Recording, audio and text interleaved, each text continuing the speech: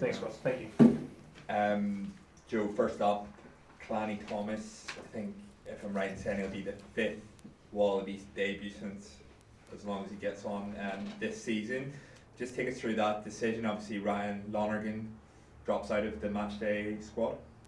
Yeah, and Lonners was part of the decision as well. The great thing in the group is that everyone is very, very supportive of each other, and immediately Ryan is going through things with Kalani, but Kalani's trained for 5 weeks with us, and he's trained incredibly well.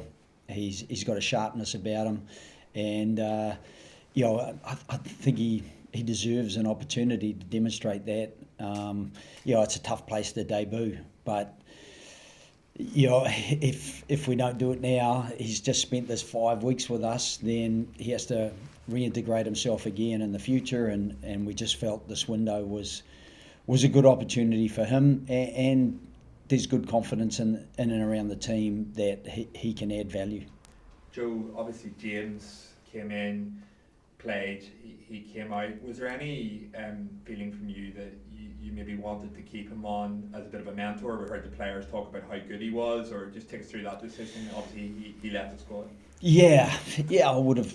It would have been great to keep James with us, but with Carter and Tane and Hamish there to cover, it was an extra. It was an extra player that would have been a luxury, particularly as I was pretty keen for him to feel comfortable. He's only just settling into Leicester, and talking to James this morning, he said there's been a bit of nice blue sky there, and he's back with the intent to keep building his game, and he certainly has always displayed a real passion to play for the Wallabies, and that hasn't gone away. And he was obviously involved in some really big performances for us. To clarify, just with that, and obviously you kept up that relationship with him off the field, you wouldn't be shutting the door for James O'Connor into the future, like he still has a role potentially to play? Yeah, I thought Johnny Sexton was outstanding in the World Cup, and James won't be as old as Johnny was at that stage. So I think age is probably not one of the numbers that necessarily tips the balance. The numbers are, can you still hit your marks? Do you still know the game well? And can you, even within a squad, when James first came in, it was really just to support the younger 10s and to help them grow their own game. So he was really useful in that regard, and then stepped up and kind of showed them how it was done as well. So having James in for that period of time was still really good for Carter and Tane, particularly to just have him in the opposition, giving them some feedback, and then also when he ran the team last week, for them to see the manner in which he ran the team. Tom Hooper and Joseph Akusu-Suolihi were up yesterday. Both spoke very strongly about your work. Tom said you don't sleep, and Joseph was agreeing. One thing they said as well was at the end of the Ireland game, difficult defeat, you got them up on their feet and basically said that you still believe in them. I was just wondering, can you take us through how you can get this group believing that they can be, one of the best teams in the world in front of 80,000 Stade de France? Yeah, I'm not sure. Maybe it's still a question for the wider squad, because it's not the same for every player. You demonstrate a confidence in a player. You show them how they've done it before and how they can potentially do it again. Winning a game over 80 minutes, we've been massively in the game for 60 minutes in every game that we've played on tour. You go back to the England game, it was 10-7, well into that second half, and we had a couple of good excursions into the 22, both of which we spilt the ball on, which is really disappointing. But same with the Ireland game at halftime, 19-14. Even with 5 minutes to go, it's actually 32-19, and if we score next, you're within a score of them. we're down to 14 men, and we do a chip over the top that Joseph is very much the first guy to arrive at, and it bounces straight back over his head, and they get the ball and get a penalty and go into the corner and score. And those are moments that if we can force those, maybe not force them, but put enough options around them that they go our way, I definitely think if we can be in the game through that first 60 minutes, I know how determined the players are to finish strong on this tour. Just in terms of the aerial threat from France, obviously Ireland, Prendergast, it's going to be probably more the same from Intimac. It was obviously disappointing for the team the way that was handled early. Dylan Peach comes in, Max still at fullback. Was there any temptation to put Joseph at fullback, and also are you more confident early going into this game? Yeah, the contest in the air has become really a pivotal part of the game, and the way that the game is being refereed, they're encouraging more aerial contests. That the rucks are not necessarily fast, and if they're not fast, then it's very hard to play with the ball. So you give it to the opposition in a contest situation where they're demanding that there's access. So they're driving a game that is more leaning toward a kicking game. And so we've got to be really good at both the kicking part of it so that we can get into contests, and then on the receiving part of it. Dylan Peach is strong in that area, and Harry Potter normally is as well. Conditions were a little bit difficult at the Aviva. It was buffeting a little bit, and even Mac Hansen had a very strong game in the air, but dropped one cold with no pressure, and so did James Lowe. So it wasn't just a problem for us, but they made it less of a problem for them because particularly their kick chase contest was stronger. Joe, back in Australia, everyone's looking at the record books, looking at the statistics and the pressure on the team to not be, referred to a team 68 years ago or 58 years ago. How do you get the team up for this game when you got them up for Ireland? They came into that match really positive and determined. How do you get them up after they put in so much hard work but they didn't get the result? Yeah, like me, they wouldn't be aware of all the statistics because what has happened historically we can't control, and it's not going to add value to what we do in the very near future. That is 48 hours time from now in that run into the kickoff. So all you can try to do is show them the number of moments that they did put together some really good play, and to score 19 points can be pretty positive. The two tries in the first half I thought were really strongly finished off, and some of the opportunities we created were very positive as well. For the number of 22 entries that we had, I thought we converted reasonably well, apart from the loss of the lineouts in those areas. So I think if we can have a better day off the touchline, and we can win some of those moments that we've looked at during the week, then hopefully that gives them a bit of confidence. Well, if we're good enough to do that, then we're good enough to replicate it and do it in the Stade de France on Saturday night. I don't think we don't talk about the end result too much because, again, the end result, there's a number of facets of that we don't control. What we control is really just that moment in front of our face, and if we can just stack enough really positive moments where people get their skill set right and their commitment to what needs to be done to the right level, then I do believe, having coached, I don't know how many times in the Stade de France, but a lot of times, my experience would suggest that if we can do that, we'll be in the game. Can I ask you about the conditions, because it's going to be freezing, and it's perhaps not they haven't experienced such cold for some time. How do you adjust your play to cope with those kind of conditions? Yeah, it's a good question. That I think as long as it's cold and dry and relatively still, it actually, and because it's actually colder earlier in the day, then there shouldn't be too much dew around. I don't know what the temperature was this morning, but it was very cold, and the players, they just got on with it really, and they're that sort of group. They just get on with it. So, I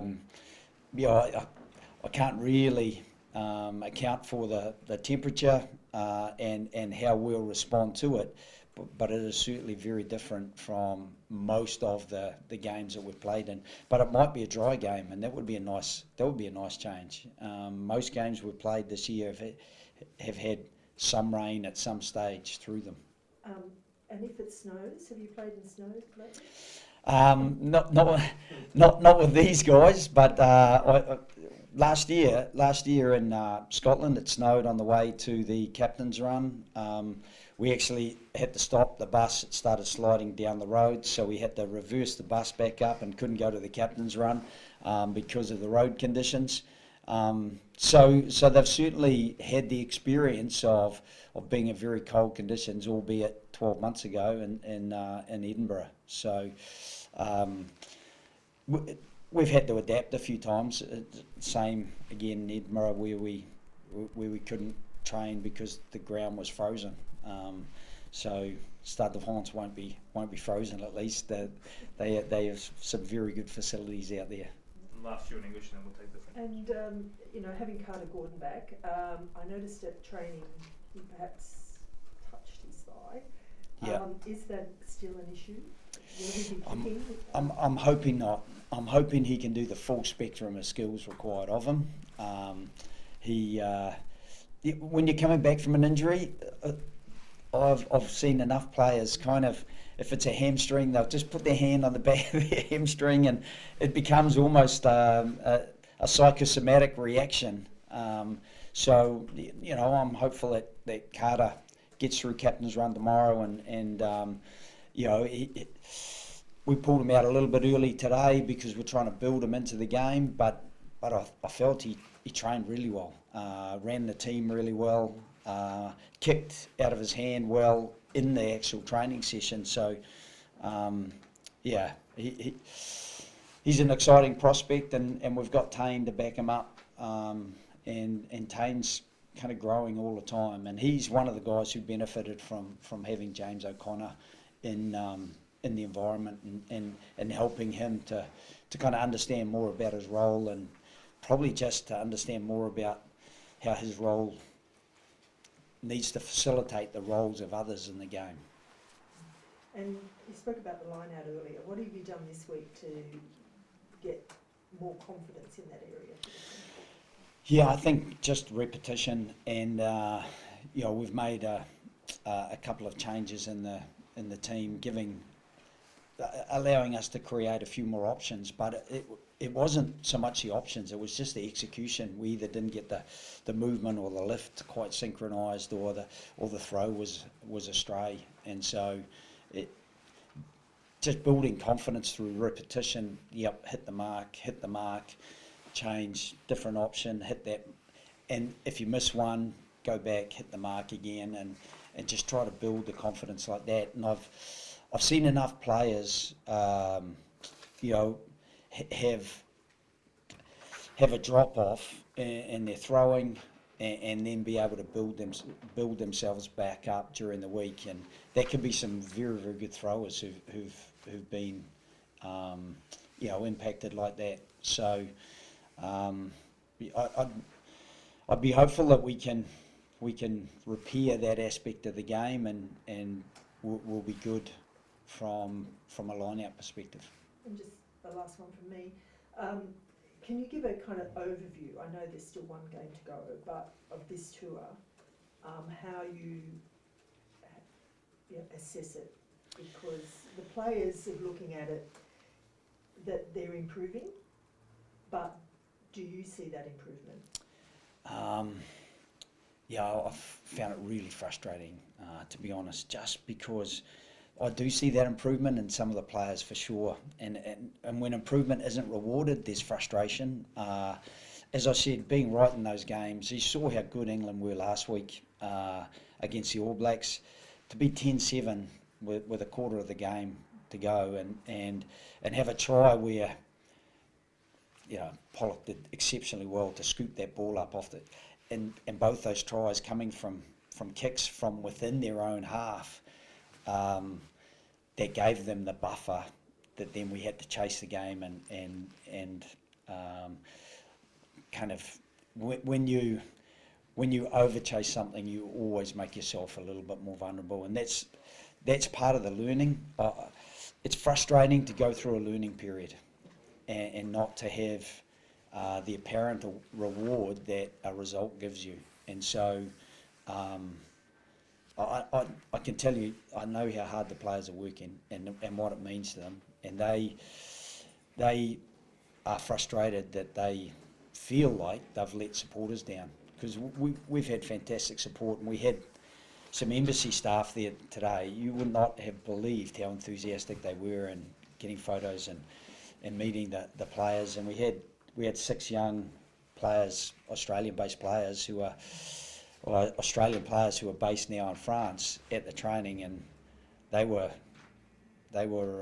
really excited about watching the training and interacting with the Wallabies players, and hopefully that stirs an ambition in them to be Wallabies of the future, because there's some good young players who are playing over here. So, in assessing the overall tour, for me it's just been frustration that effort hasn't been rewarded, but I also know that in high performance sport that can happen, and it would be one of the tougher kind of last couple of weeks that I've had and in a very long time. So it's tough for them, but I do feel that having the experiences that I've had over the 20 odd years of being a professional rugby coach, it does allow me to have some context and to give them some context that there's not always immediate reward for effort. There's not always immediate reward for improvement. The challenge is to be able to stick with that, and they're determined to do that because they're incredibly proud of representing their country, and they're incredibly committed to earning the support. And I know I've talked about that before, but it's just hard to verbalise that passion they have to bring Australian supporters with them. When you say it's been the toughest time, after this one, please. the toughest time you've experienced for a long time in coaching, has that made you rethink about your approach to how you're... I think that the approach is pretty consistent with what we did earlier in the year and was highly successful. And shifting a team from having been outside of the playoff stages of the World Cup to be able to compete with the Lions, South Africa, and maybe not beating the All Blacks, but certainly being in that game 2 points down with 10 to go, and the yellow card paid to that. So discipline is one of those things that we want to make sure that we keep driving. But the approach, I guess, one of the things is that the players are very keen that we stay on the path we're on. They feel like they're making progress, and so until that is, the approach is never exactly the same. Like this week, we didn't train on Monday at all.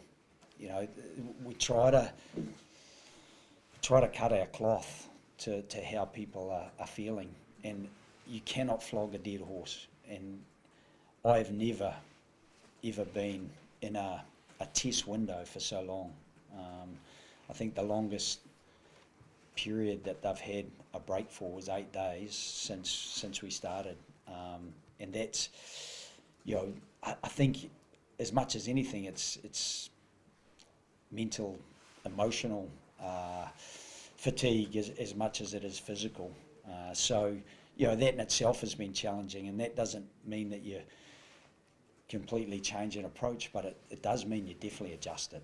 And we've tried to adjust as the season has gone on, and I'm not saying we get the adjustments right. We just try to get them right with as much foresight as we can. But the luxury we'll have at the end of the tour is having some hindsight and seeing how we went and what we might do maybe a little bit different in the future. How important is it to conclude this tour with a victory? And do you have a look on the world ranking for the top 6 to the draw? And you have to win France by 16 points. J'ai vu ça. Yeah. You can, sorry, in French or in... Comme vous voulez. Ouais, 16 points. 16 points. Ça, c'est très difficile.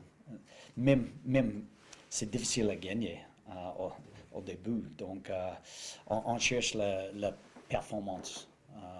Plutôt les choses, on doit faire mieux en mieux. Parce que si on chasse le résultat très grand comme ça, je crois que c'est